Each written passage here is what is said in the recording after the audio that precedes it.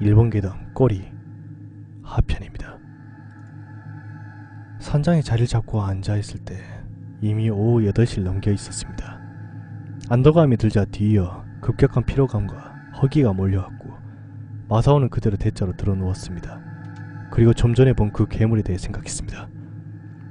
그게 산의 주인인가? 그런 생각이 들자 몸의 떨림이 멈추지 않았고 마사오는 자리에 일어나 산장에 준비해둔 술을 마시기 시작했습니다. 보존식품인 멧돼지의 훈제도 있었지만 어쩐지 목으로 넘어가지 않았습니다.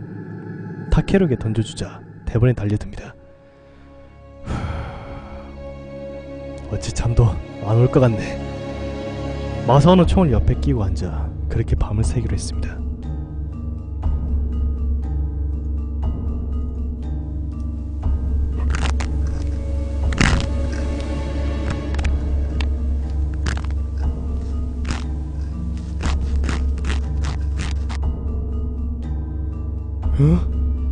무언가 긁히는 듯한 소리에 마사오는 잠에서 깼습니다. 지친 데다가 술도 마셔서 어느샌가 잠이 든 모양이었습니다. 시계를 보자 새벽 1시를 넘어가고 있었습니다.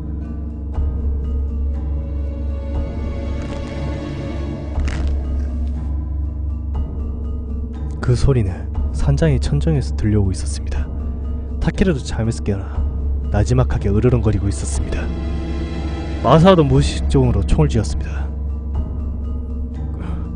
혹시 괴물이... 순간 그런 생각이 스쳐 지나갔지만 밖에 나가서 확인할 용기는 들지 않았고 총을 꼭 쥔 채로 천정을 바라보고만 있었습니다. 그 뒤로 약 10분쯤 천정에서 긁어대는 소리가 계속 났지만 어느새 잠잠해졌습니다. 마사오에게는 너무나 긴 악몽 같은 시간이었습니다. 소리가 그친 뒤에도 마사오는 계속해서 천정만 보고 있었습니다. 그리고 뭔가 작게 중얼대는 듯한 소리가 들려왔습니다.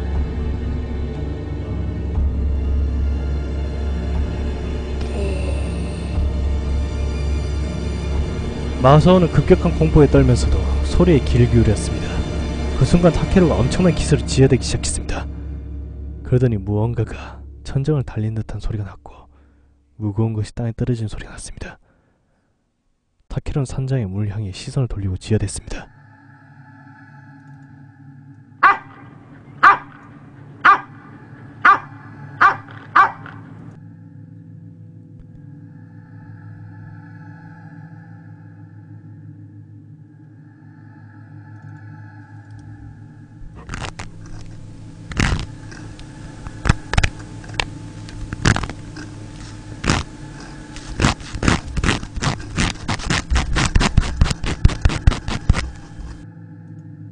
천정 위에 있던 무언가가 산장의 문 앞으로 와서 문을 긁어대고 있는 것 같았습니다.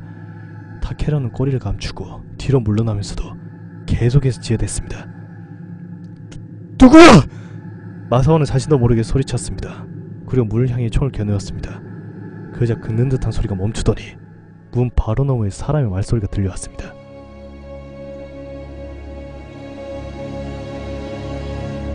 꼬리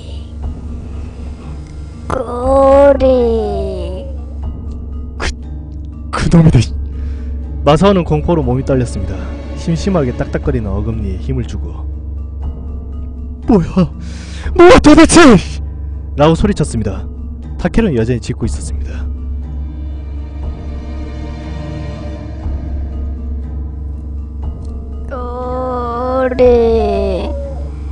꼬리 내 꼬리 돌려줘. 그것은 확실하게 사람의 말로 그렇게 중얼거렸습니다.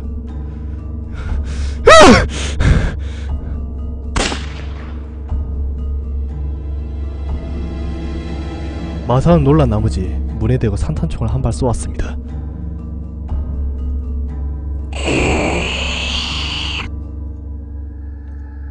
기묘한 비명이 문 너머에서 들려왔고 마사오는 연달아서 한 발, 또 한 발 문에 향해 쏘았습니다. 총으로 인해 뚫린 구멍으로 새빨갛게 핏발이 선 눈이 보였습니다.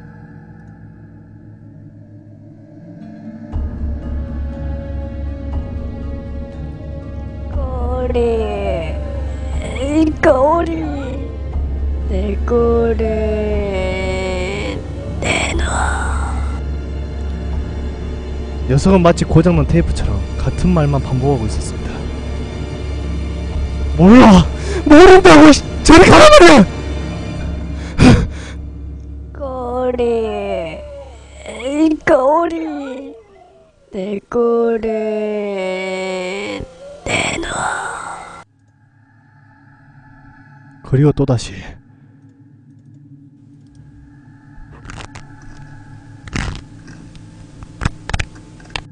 하고 문을 긁어대면서 광기에 미친 붉은 눈으로 마사오를 노려보며 반복했습니다. 타케루도 짖는 것을 멈추고 꼬리를 말고 웅크린 채 떨고 있었습니다. 내가 네 꼬리를 어떻게 알아! 모른다니까! 딴 데 가라고! 마사오는 굳어있는 채로 소리쳤습니다. 그러자 그 괴물은 아니, 네가 잘났더라! 라고 소리치며 문을 부수고 안으로 뛰어들어왔습니다. 거기서부터 마사오의 기억은 부분부분밖에 생각이 안 난다고 합니다. 문을 부수고 나타난 아기의 얼굴, 핏발선 눈과 광기 어린 눈동자, 날카로운 발톱과 얼굴에 느껴지는 타는 듯한 아픔, 필사적으로 달려드는 타케루와 정신없이 산탄총을 난사하는 자식. 마사오가 다시 정신을 차린 건 마을 병원의 침대였습니다. 사흘을 의식 없이 누워있었다고 합니다. 마사오의 상태는 왼쪽 뺨에 짐승에게 핥혀진 듯한 열창, 오른쪽 다리 골절, 전신에 긁힌 상처 등 성한 데가 없는 증상이었습니다. 마사오는 마을 사람들에게 곰에게 당했다고 이야기했습니다.